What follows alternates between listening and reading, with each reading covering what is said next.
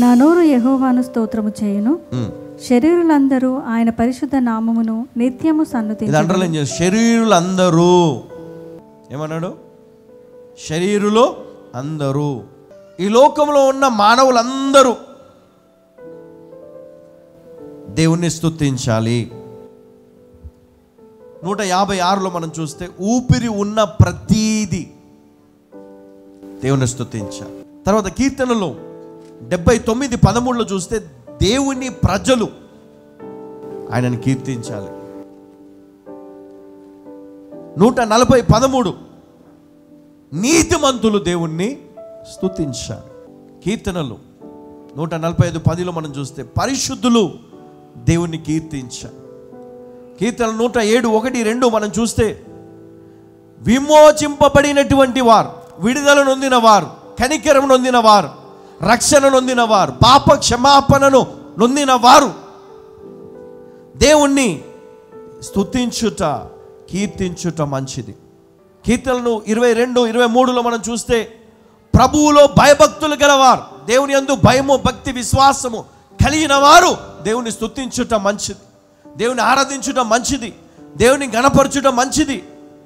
1 Timothy 4:3 ఇక్కడ మనం చూస్తే సత్య విషయమై అనుభవ జ్ఞానము గల విశ్వాసులు, సత్య విషయమై అనుభవ జ్ఞానము గల విశ్వాసులు దేవుణ్ణి స్తుతించాలి, ఆరాధించాలి. కీర్తనలు 113:1, కీర్తనలు 134:1, కీర్తనలు 35:1 దేవుని పరిచారకులు దేవుణ్ణి స్తుతించుట, దేవుని ఆరాధించుట మంచిది కాబట్టి దేవుని స్తుతించాలి. కీర్తన 148:2లో మనం చూస్తే ఆయన దూతలందరూ ఆయన స్తుతించాలి. 148:3-10 వరకు మనం చూస్తే ప్రకృతి సమస్తము, ఈ సృష్టి అంతా కూడా దేవుని స్తుతించాలి.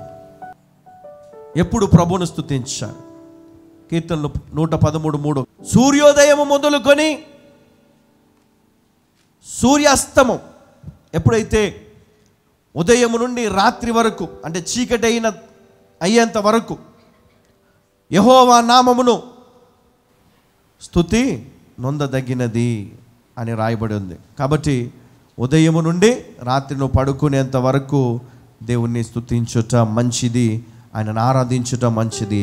71వ దావీదు కీర్తన 8వ వచనం చూస్తే నా నోరు రోజంతా నీ కీర్తితోను నీ ప్రభావ వర్ణనతోను దినమంతయు నా నోరు నిండి ఉన్నది. హల్లెలూయా. ఎప్పుడండి? రోజంతా కూడా. తర్వాత 146:2 నేను బ్రతికి ఉన్నంత కాలము యెహోవాను స్తుతింతును. 34:1 యెహోవాను అన్ని వేళలా కీర్తిస్తాను. నేను ఎల్లప్పుడూ యెహోవాను సన్నుతించెదను. ఎల్లప్పుడూ అంటే అన్ని వేళలా, నిత్యము ఆయన కీర్తి నా నోట నుండును. నిత్యము ఆయన కీర్తి నా నోట నుండును. హల్లెలూయా కదా. ఎప్పుడు చూసినా కొంతమంది నోట్లో ఏముంటుందండి? తిట్లు, పురాణాలు, అబద్ధాలు, మోసపు మాటలు కదా. నీ నోటిలో ఎప్పుడు ఏముండాలంట? చెప్పాలి. ఎప్పుడు ఏముండాలా? స్తుతి. ఎవరైనా praise the lord brother, praise the lord sister అంటాం కదా. పక్కకు పోయి ఈడో దరిద్రుడు, ఈడొక దౌర్భాగ్యుడు, ఈడో యదవ, ఈడో సన్నాసి. ప్రైజ్ ద లార్డ్ అన్న నోటితోటి నువ్వు బూతులు తిడతావు. ప్రైజ్ ద లార్డ్ అన్న నోటితోటి నువ్వేమంటావు? దేవుని స్తుతించే నీ నాలుక, దేవుని స్తుతించే నీ నాలుక ఏం మాట్లాడుతుంది? అందుకే నీ శరీరానికి ఏమొచ్చింది? బలహీనత. అందుకే నీకు ఏం సంభవించింది? నష్టము కదా. డబ్బు నష్టము, ఆరోగ్యం నష్టము, సమయం కోల్పోయినావు, అన్నీ కోల్పోతా ఉన్నావు. దేవుని ఆరాధించే సమయం, దేవుని స్తుతించే సమయం, దేవుని కనపరిచే సమయం, ప్రార్థించే సమయము, సెలబ్రేషన్ అన్నీ కోల్పోయినావు. కానీ దేవుడు అంటున్నాడు ఇప్పుడు, హల్లెలూయ. ఏమన్నాడు తెలుసా? నేను నిన్ను ఇంకా ప్రేమిస్తున్నాను. హల్లెలూయ. నేను నిన్ను విడవను, నేను నిన్ను విడను, నీ చెయ్యి పట్టుకొని నిన్ను నడిపిస్తా. ఆయన అడిగేది ఒకటి, నా యందు విశ్వాసం ఉంచు కదా. నా యందు విశ్వాసం ఉంచు ప్రతి వాడును నశింపక. హల్లెలూయా. ఎంతమంది మీ ఆలోచన మార్చుకుంటారు? సమయం కోల్పోతున్నారు, ఇది గ్రహించాలి. సమయాన్ని కోల్పోతున్నారు. ఇది గ్రహించాలి. ఈ సమయం కోల్పోతున్నామని ఎట్లా తెలుసు? సమయం అయిపోతుంది మీకు ఎట్లా తెలుసు? పెద్దవాళ్ళందరికీ తెలుసు. జుట్టు తెల్లగా అయిపోతుంది కదా, జుట్టు తెల్లబడిపోతుంది. కొంతమంది రంగులు వేసి విసుకొచ్చి అని పక్కన పడేసాను, అయిపోయింది. ఉంటే ఏమైంది? సమయం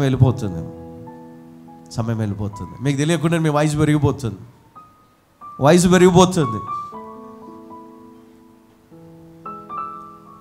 చాలా సమీపంగా ఉన్నాం, మనం దేవునికి దగ్గరగా ఉన్నాం,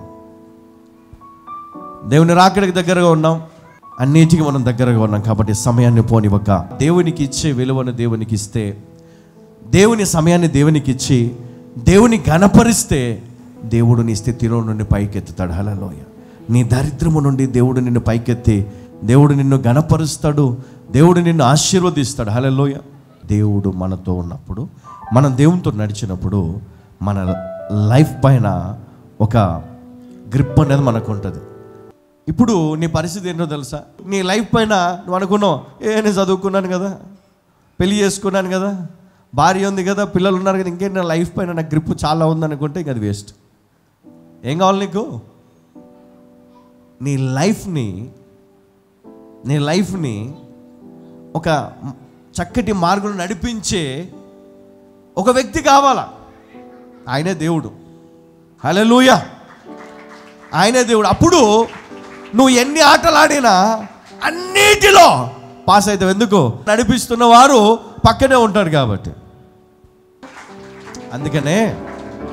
అందుకనే ప్రతి క్రైస్తవుడు కూడా మందిరానికి రావాలి. ఎందుకంటే దేవుడు నీకు జ్ఞానం ఇస్తాడు. దేవుని స్తుతించాలి, ఆరాధించాలి. దేవుడు నిన్ను నీ కష్టాల్లో నుంచి తప్పిస్తాడు. యుద్ధానికి ముందు దేవుని స్తుతించారు, అందుకే విజయమునిచ్చాడు దేవుడు. కాబట్టి మీ ప్రతి విషయంలో దేవుణ్ణి స్తుతించుట మీకు విజయమునిస్తుంది, దేవుని ఘనపరచుట మీకు విజయమునిస్తుంది. దేవుడు మీకు ముందుగా ఉండటం మంచిది. దేవుడు మీకు అన్ని విషయంలో తోడై ఉండి మిమ్మల్ని దీవించి కాపాడి దేవుడు మిమ్మల్ని ఆశీర్వదించును గాక. ఆమేన్.